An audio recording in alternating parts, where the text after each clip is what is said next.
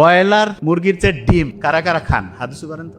সবাই খায়। আচ্ছা, এবার শুনেন, আমি কিছুদিন আগে ব্রয়লার মুরগি নিয়ে একটা স্পিচ দিয়েছিলাম। কিছু ব্রয়লার মুরগির ব্যবসায়ী বা অন্য কেউ কি আমি জানি না, ওরা এসে আমাকে অফিস থেকে জানাইছে, ওরা এসে করছে হ্যাঁ সারিলা কথা কেন করছে, যে আমাদের এটা সরকার খাচ্ছে অমুক তমুক। আচ্ছা, সরকার কি খায় সেটা আপনাকে আমি বলি, তাহলে শুনলে অবাক হবেন। আমেরিকার প্রেসিডেন্টও কিন্তু মুরগি খায়। খুব ভালো করে নোট করেন, খুব ইম্পর্টেন্ট। আমাদের দেশের যারা খুব উঁচু স্তরে তারাও খায়, আমরাও খাই, আপনারা সবাই খান। আমেরিকার প্রেসিডেন্ট, ইউরোপের দেশের যে প্রেসিডেন্টরা, ওরা যে মুরগি খায় ওইটার জন্য আলাদা, মুরগির চলাফেরা ঘোরাঘুরির জন্য আলাদা হচ্ছে ডিপার্টমেন্ট আছে। ওইখানে মুরগিরা দৈনিক এক্সারসাইজ করবে। আপনি কি করছেন? হ্যাঁ, মানে বাজার থেকে আনলো মুরগি জব করে খাবে? নো, ওইখানে মুরগি এক্সারসাইজ করবে। এবং এক্সারসাইজের নিয়ম কি জানেন? সূর্যের আলোর নিচে তাকে এক্সারসাইজ করাইতে হবে। এবং মুরগির যে ঠ্যাং সেইটা আবার মাটিতে মিশতে হবে। যে ভাই এটা কি বলছেন? ঘাস, মাটি, নেচারের সাথে কানেক্টেড থাকতে হবে।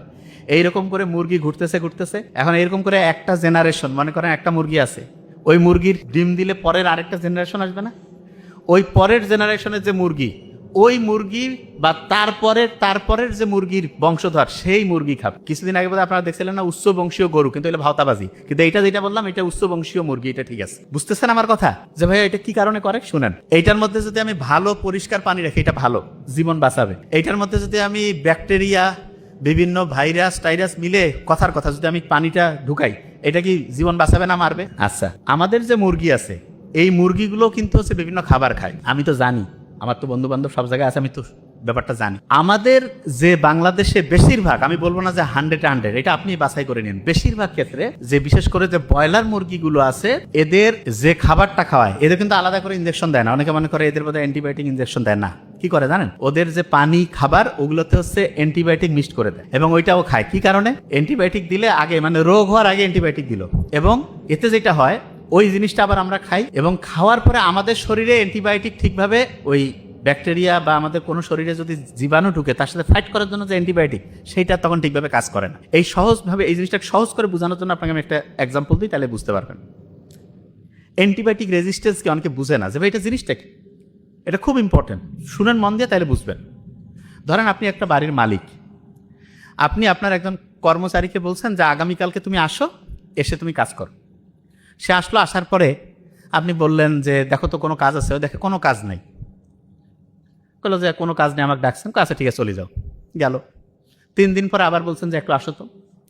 আসার আগে সে বললো যে আমাকে কয় দিনের জন্য কাজ দিবেন? বলছে আপনাকে 7 দিনের জন্য কাজ দিব।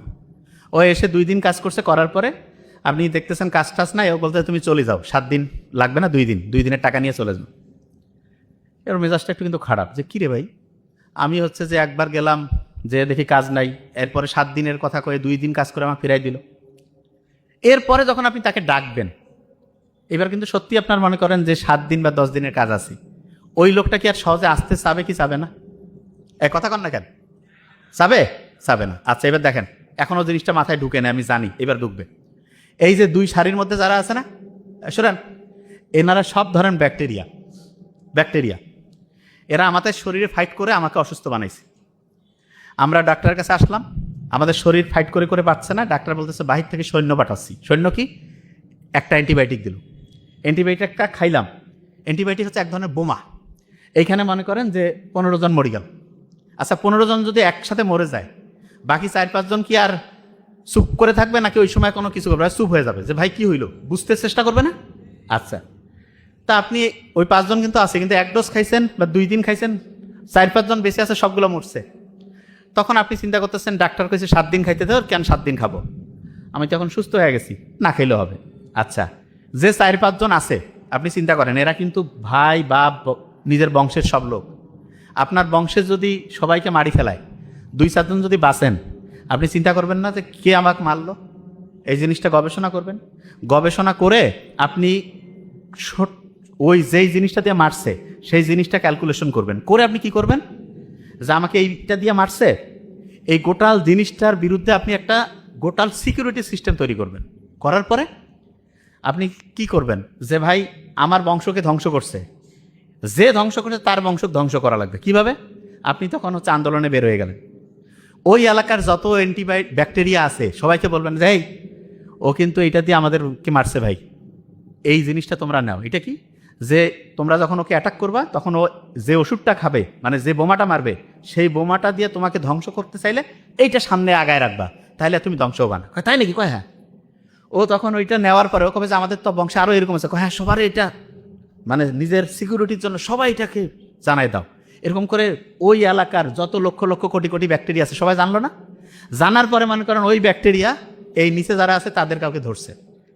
এখন উনি আসি বললো যে ডাক্তারকে যে স্যার এরকম আমার সুস্থ হচ্ছি না। আমি চিন্তা করলাম এর আগে তো এরকম লোক সুস্থ হয়েছে, আমি ওই ওষুধটাই দিলাম। ওরা কিন্তু আগের থেকে রেডি হয়ে আছে, ওষুধ খাইলো 1 ডোজ, কাজ হয় না। তারপরে যে সুস্থ হয়েছে তাকে বলছে কি দোস্ত তোমার না 1 ডোজে কাজ হয়েছিল? কয় হ্যাঁ। তোর হচ্ছে না? কয় তাহলে ডাবল পরীক্ষা। 2 দিন 3 দিন 7 দিন খাওয়ার পরে কাজ হচ্ছে না। কেন? কারণ যেটা দিয়ে ওকে মারবেন সেইটার টেকনিকটা সে আগেই বের করে ফেলছে। এই কারণে এই যে প্রথমে ধ্বংস হইলো পরে ধ্বংস হইলো না, বাধা দিল না, এইটাকেই সহজ করে বলে অ্যান্টিবায়োটিক রেজিস্ট্যান্স। কখন হইতে পারে সহজ করে? আপনার শরীরে ধরেন যে কোনো জীবাণু নাই, তখন যদি আপনি খান এটা তাহলে হইতে পারে, কাজ নাই, দেখছেন। আরেকটা হচ্ছে যে সবাইকে মারতে হবে, কিছু মারলেন কিছু রাখলেন, তাইলে ওই যারা আছে তারা বাকি সবাইকে সিস্টেমটা বুঝাই দিবে। সিস্টেম যদি বুঝাই দেয় তখন অন্যের শরীরেও যদি আপনি অ্যান্টিবায়োটিক সত্যি দেন, ওরা তো আগের থেকে রেডি যে এরকম করে মারবে, আমরা আগের থেকে এরকম করে ধরবো, তাহলে কিন্তু তাদেরকে আর হারানো যাবে না, তখন তারাই জয়ী হয়ে যাবে। বুঝাইতে পারছি আমি কি বলছি? এই যে বেগম খালেদা জিয়া যে মারা গেল, ওনার ফুসফুসের মধ্যে একটা ছত্রাক ফাঙ্গাল ইনফেকশন হয়েছিল। ওইটাকে যে অ্যান্টিবায়োটিক দিয়ে মারবে এরকম কোনো অ্যান্টিবায়োটিক কাজ করতেছিল। এই কারণে ওইটা থেকে ইনফেকশন হয়ে সারা শরীরের মধ্যে রক্তে মিশে গেল। আস্তে আস্তে আস্তে আস্তে ওনার জীবনের একদম মানে শেষ পর্যায় থেকে পৃথিবী থেকে চলে গেল। এটা বুঝাইতে পারছি? আচ্ছা, যে জায়গায় আমি ছিলাম, এই যে ব্রয়লার মুরগি এগুলো 28-30 দিনে বড় করে।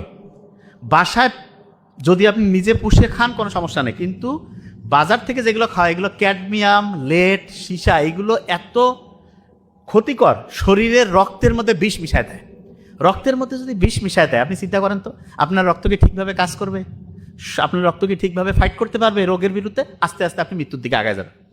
ডিম যেটা আছে, ডিমের ক্ষেত্রে আমি আপনাকে বলি সব সময় চেষ্টা করবেন দেশি মুরগি, দেশি হাঁস এগুলোর ডিম খাইতে, এগুলো। অথবা যদি আপনি নিজে বাসায় পেলে খেতে পারেন, বাসায় পুষতেছেন, ওগুলো থেকে সবচেয়ে ভালো হবে। আচ্ছা, যে জায়গায় আমি ছিলাম, এত লোক যে ক্যান্সার, এত কিডনির রুগী, লিভারের সমস্যা, আলসার, আজ থেকে 50-70 বছর আগে আপনি বাবা মা দাদা দাদিদের কাছে শুনেন, এত লোক কিন্তু অসুস্থ ছিল না। ছিল? কারণটা কি জানেন? 1 নাম্বার কারণ হচ্ছে খাবার। কি বলেন তো? খাবার। আপনি বাসায় যে এই সবজিটাও খাচ্ছেন, দেখা যাচ্ছে স্প্রে করে নিয়ে আসলো কীটনাশক। মাছ যেটা আছে সেইটার মধ্যে হচ্ছে দেখা যাচ্ছে যে কীটনাশক, মানে ওই মাছের মধ্যেও কিন্তু সে মিক্সড করে দিচ্ছে একটা ক্ষতিকর কেমিক্যাল, সেইটা আপনি খেয়ে ফেলতেছেন।